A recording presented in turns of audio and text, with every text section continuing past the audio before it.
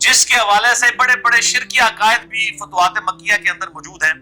اور یہ انہوں نے شیخ صاحب کی جو عبارت بھی نقل کی فتوحات مکیہ سے کی ہے۔ وہ کہتے ہیں کہ جب محی الدین ابن عربی جو اولیاء اللہ، خالی اولیاء لکھ دیتے تو ٹھیک سی، اولیاء اللہ تو اللہ نو پتہ ہے، صحابہ کرام تو بات کسی کے لیے اب ڈیفینیٹلی اولیاء اللہ تو بس اس نے ظن نہیں ہو سکتا آپ کا، کیونکہ بریلویوں کے اولیاء اللہ جو ہے وہ اولیاء الشیاطین ہیں، دیوبندیوں کے جو اولیاء اللہ ہیں وہ بریلویوں کے شیاطین کے اولیاء ہیں، تو یہ من دون ہی اولیاء ہے، اللہ کو چھوڑ کے اور اولیاء۔ تو بہرحال یہ چونکہ انہوں نے لکھا ہے جو اولیاء اللہ کے سرخیل اور سید الطائفہ ہیں وہ بھی اس حدیث کو منکر اور ضعیف فرما چکے ہیں، ماشاءاللہ جی۔ انہاں دی کیڑی حیثیت، کڈا بڑا کو محدث ہے کہ اللہ دے بندے ہو، 6 صدی دے اندر ایک صوفی آیا ہے، اونوں کہنا چونکہ او نے کہہ دیتا ہے،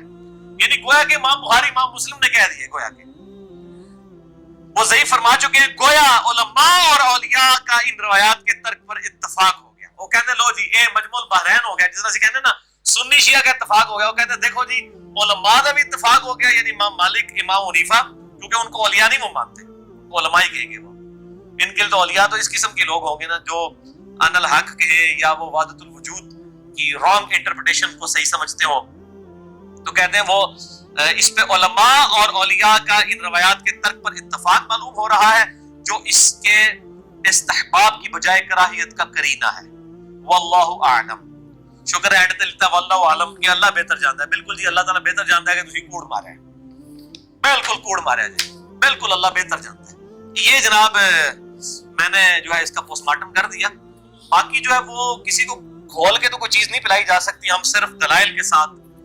جو ہے وہ چیزوں کو واضح کرتے ہیں۔ اور شوال کے 6 روزوں کے حوالے سے یہ بھی بات یاد رکھیں کہ عید کے بعد یہ 6 روزے کسی بھی وقت رکھے جا سکتے ہیں، یہ ضروری نہیں۔ بعض لوگوں نے کہا جی ایک روزہ جڑا نا جی عید تو فوراً بعد رکھ لو، باقی 5 جس ٹائم مرضی رکھ لو، بالکل کوئی ایسی بات نہیں۔ شوال کے پورے مہینے میں یہ 6 روزے رکھنے، ایون جو ایام 20 کے روزے ہیں ان میں بھی بخاری مسلم میں ہے کہ 13 14 15 کے علاوہ بھی پورے مہینے کے اندر کسی بھی وقت 3 روزے رکھے جا سکتے ہیں۔ اور اسی طریقے سے میرا تو مشورہ اس حوالے سے یہ ہے کہ رمضان مبارک کے فوراً بعد عید کا دن چھوڑ کے 2 شوال سے یہ روزے شروع کر دیے جائے تو بڑی آسانی ہے، کیونکہ انسان کی جو مشینری ہے نا وہ رننگ میں آئی ہوتی ہے، رننگ ہو چکی ہوتی ہے۔ اب دیکھیں آج کل روزے زیادہ ٹف ہیں پہلے اور دوسرے روزوں سے کمپیئر کریں، کیونکہ اب جون کا تقریباً یہ آپ سمجھ لیں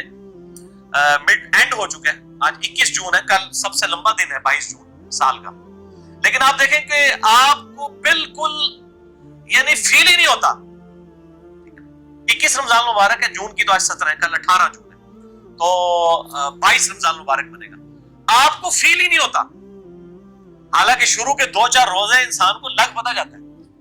کیونکہ روٹین سیٹ ہوتے ہیں۔ اب اتنی روٹین ہے کہ یاد ہی نہیں ہوتا کہ یار پیاس بھی لگ رہی ہے، کوئی سوچے نا روزہ ہے تو پھر پتا چلتا ہے۔ تو اسی طریقے سے یہ شوال کا ایک دن جب گزر جائے، یکم شوال، ساتھ ہی آپ یہ شوال کے 6 روزے شروع کر دیں تو رکھنے آسان ہو جائیں گے، باقی اگر ساتھ نہیں بھی رکھ رہے جس ٹائم مرضی رکھیں۔ اور بعض جو مریض ہیں اور مسافر ہیں اور بعض عورتیں ہیں جن کی مخصوص ایام کی وجہ سے رمضان کے 6-7 روزے گزر گئے، وہ پھر یہ کرتی ہیں کہ شوال کے 6 روزے تو رکھنے ہی دینا، انہاں بھی سیدھا قضا دی نیت بھی کر لینے، یہ بھی لوگ کر رہے ہیں۔ وہ کہتے ہیں جی ہم رمضان کے روزوں کی قضا دے رہے ہیں اور ساتھ ہی ایک ہی روزے کے اندر ڈبل نیت کر لیں گے، وہ کہتے ہیں جی جتنی نیتیں کریں گے اتنا ثواب ملے گا۔ بالکل غلط بات ہے، جو الگ چیز ہے وہ الگ ہی ہے میرے بھائی۔ آپ کے روٹی کھانے سے میرا پیٹ نہیں بھرنا، میری روٹی کھانے سے آپ کا پیٹ نہیں بھرنا، لہٰذا وہ جو 6 روزے ہیں جو کسی عورت کے چھوٹ گئے وہ الگ سے ہیں، یہ شوال کے 6 روزے الگ سے رکھنے ہوں گے، اس کا ایکویلنٹ نہیں بنیں گے۔ اور بعض لوگوں نے تو یہاں تک بھی مشہور کر دیا ہے کہ جس نے شوال کا کہ 6 روزے ایک دفعہ رکھ لیے پھر پوری زندگی اس پہ فرض ہو جائیں گے، یہ بھی مشہور ہے، بڑی بڑی شڈولیں چل رہی ہیں۔ وہ کہتے ہیں جی ایک بار جنہیں رکھ لیا نا انہیں پھر ہمیشہ ہی رکھنا، کوئی نفلی عبادت ہے وہ ہمیشہ کیسے واجب ہو سکتی ہے؟ تو میں اس کانٹیکسٹ میں آخری بات کروں کہ یہ میں نے جتنا غصہ نکالا ہے یہ فقہ حنفی کے ان علماء پر نکالا ہے جو صحیح احادیث کی موجودگی میں ان روزوں کا مذاق اڑا رہے ہیں۔ جن محدثین تک یہ احادیث نہیں پہنچی وہ اللہ تعالیٰ کے حضور ماجور ہیں، اور میجارٹی فقہ حنفی اور فقہ مالکی کے لوگ 99% میں کہوں گا، اور عوام تو 100%، علماء بھی 99% یہ روزے رکھتی ہیں۔ یعنی میں خود 31 سال تک حنفی رہا ہوں، مجھے نہیں یاد پڑتا کہ بالغ ہونے سے لے کر 31 سال کی عمر تک اور پھر اب الحمدللہ میری 40 سال ہونے والی ہے تو میں نے کبھی یہ روزے چھوڑے ہوں. ہم حنفی تھے, کٹر حنفی تھے بریلوی, لیکن روزے رکھا کرتے تھے. تو شوال کے 6 روزے, بلکہ یہاں پہ ہمارے جیلم میں جو وہ کالے دے والے پیر ہیں اور ان کی وہ گدی تو وہاں سے کوٹلی سے چلی ہوئی ہے, وہ بڑے پیر صاحب فوت ہو چکے ہیں, ان کے بارے میں یہ بات مشہور تھی, میں ابھی خود بھی ان کو جا کے ملا کہ وہ عید صرف اس کو ملا کرتے تھے جو شوال کے 6 روزے رکھ کے آتا تھا. تو انہوں نے عید کی ملنے کا دن رکھا ہوا تھا 7 شوال کو یا 8 شوال کو, یعنی وہ کہتے تھے کنزیکٹیو 7 روزے رکھ کر پھر آگے مجھے عید, حالانکہ وہ کٹر حنفی بریلوی. تو یعنی یہ جو فقہ حنفی بھی چند ایک لوگ ہیں جنہوں نے یہ جرت کیا حدیث کا انکار کرنے کی. باقی جس طریقے سے مدینہ شریف کو باقی حنفیوں نے حرم مان لیا, خدا حافظ بریلوی صاحب نے باقاعدہ امام حنیفہ سے اختلاف کیا فتاوی رضویہ میں, اور ان کا میں مدینے کو حرم مانتا ہوں, بلکہ ان نے پوری نعت لکھی, حاجیو آؤ شہنشاہ کا روزہ دیکھو, کعبہ تو دیکھ چکے, کعبے کا کعبہ دیکھو. تو یہ اسی طریقے سے اور کئی ایک مسائل ہیں جس کے اندر انہوں نے اپنے مطلب امام کے اقوال کو چھوڑا ہے. یہ شوال کے 6 روزوں کے معاملے میں بھی ضد نہیں کرنی چاہیے, میں اینڈ پہ ریکویسٹ کروں گا. باقی میں نے اگر کوئی ہارش ورڈ استعمال کیے تو میں بار بار الفاظ استعمال کرتا ہوں کہ ان مولویوں نے میری مجھ کو نہیں کھولی پائی, انہوں نے میری بحث نہیں کھولی ہے, میری کوئی ذاتی دشمنی نہیں ہے, لیکن جو نبی صلی اللہ علیہ وآلہ وسلم کی مخالفت کرے گا تو ہم تو صرف زبان کی تلوار استعمال کر رہے ہیں. سیدنا عمر زندہ ہوتے ہیں تو سیدھا نیا میں جو تلوار کر دے, ان مولویوں نے گاٹے لاندے جو احادیث کے یہ مذاق اس طریقے سے اڑاتے ہیں.